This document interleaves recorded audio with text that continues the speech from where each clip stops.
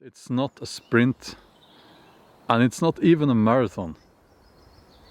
It's more like an ultra marathon, and you do it every day.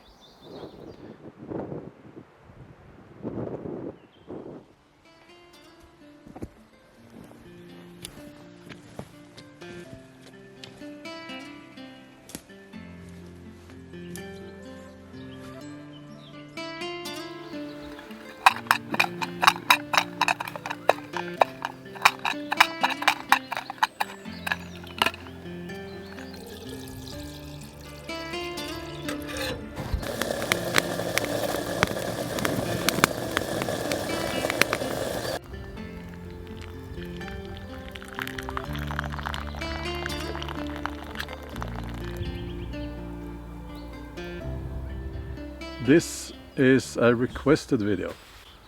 I was asked, well, I have been asked several times for some reason to talk about self-discipline. And I'm going to try to give you 3 steps towards gaining self-discipline, to become a self-disciplined person. And the first one is actually it's more of a condition for self-discipline, and it's self-confidence. I think that you need to have some self-confidence in order to become self-disciplined, to become a disciplined person. I can't tell you how to become self-confident. Well, I can, but that is a very wide subject, so I won't get into that in this video. Let's just say that you already have some self-confidence. Now the next step towards becoming a self-disciplined person is to have goals. Sorry, I had to move the camera because of the backlight out here in the woods. It's not a studio, this. Well, it is. It's the world's largest studio in a way. But the second step towards becoming a self-disciplined person is to have goals. If you don't have any goals, you don't know where to go. And you would be surprised maybe if you, well, maybe not, if you realized how many people out there who don't have any goals. They just, I don't know how they manage, how they get up in the morning. They just drifting around in a way. Now the third step, in my mind, the third step towards becoming a self-disciplined person is to realize that it's not a sprint, and it's not even a marathon.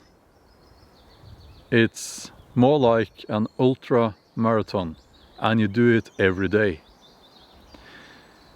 You need to accept that you have to, in order to reach those goals, you must work hard. And you can just forget about any idea of talent. I mean, talent it's very, if you have talent, wonderful. It will help you, no question about that. But talent alone means nothing. You need to get up in the morning, and you need to accept the struggle, because it's a struggle, and it's a struggle every day. It's not going to get easier. You need to accept the struggle as part of your life, as an essential part of your life. And that struggle builds character as well, by the way, which is important. Now, those 3 steps will make you that a self-disciplined person. That's the road. That's the way you need to go. You can't get around it. In my mind, that's those 3 steps, and very often these very, I mean, it's obvious, isn't it? And it's overlooked by many people. It's not talked about much. Now, I will add that there are things you can do that will help you. For instance, I'll use myself as an example here. When I was a kid, I did a lot of cross-country skiing. We had a lot more snow back then. And we could, you know, what you did was, if you were a little bit ambitious as a child, you went and bought a little notebook, and in the notebook you would write down, you made a log essentially of every kilometer that you had done cross-country skiing that season.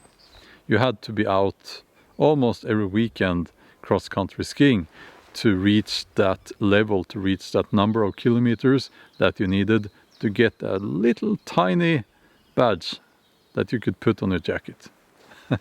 And you had the bronze ones, silver ones, and the gold ones. So I believe that built character, and it made me accept the struggle already as a child. When I got older, I got into, I continued my sports career, and I went into competitive powerlifting, which is also, you know, it's a struggle, and it takes a lot of training, thousands maybe, of hours of training. So sports helps a lot. And I would say also hiking, you know, if you, some people, they collect hilltops or mountains. So they will write down in a log when they've climbed a mountain or climbed up a hilltop. Some people do trails, like that very long Appalachian Trail. So things like that, they say it builds character, and that's very true. But it also makes you a disciplined person, a self-disciplined person. Skål.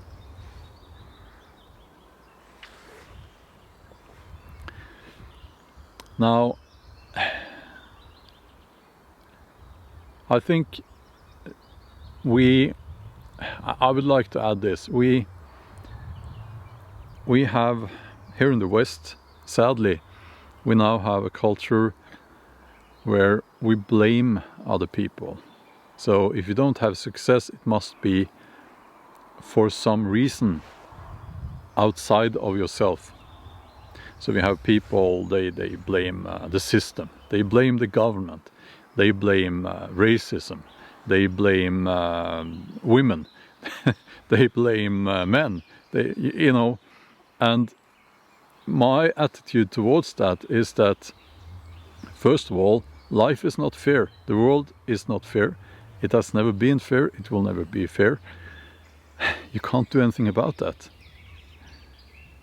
The only thing you can do is to realize that it's all about you. You need to improve yourself. You need to get up in the morning. It's all up to you. And so what if it's not fair? So what if, even if you can prove that what happened, something bad happened, and it wasn't your fault, so what? You still have to get up in the morning. You still have to accept the struggle, because there is no alternative. So, just wanted to add that. Myself, I find that getting up very early in the morning, it makes a world of difference to me.